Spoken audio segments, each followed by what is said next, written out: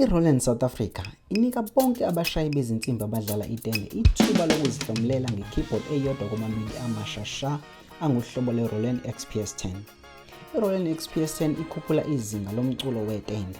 Inobuhlakani obenzelwa abashayi bezinsimbi besimanje, phinde ibe nendlela yokudlala yonke imisindo esuka kuma-keyboard etende angaphambilini. Ngungqondongqondo womshini wetende lo, kanti nawe ungazihlomulela yakho. Ukuze ungenele umncintiswano nakho kumele ukwenze. Qopha ividiyo udlala noma ngabe iyiphi ingoma ngemisindo yetende efakelwayo kwi-Roland XPS-10. Ividiyo ibe nemizuzu ephakathi kwa-1 kuya ku-4. Posta ividiyo yakho ezinkundleni zokuxhumana kusuka mhla ziyi-12 kuDisemba kuya mhla ziyi-11 kuJanuwari.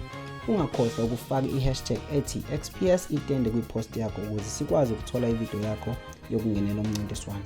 Ngaba unayo imisindo yetende efakelwayo kwi-XPS-10 yakho?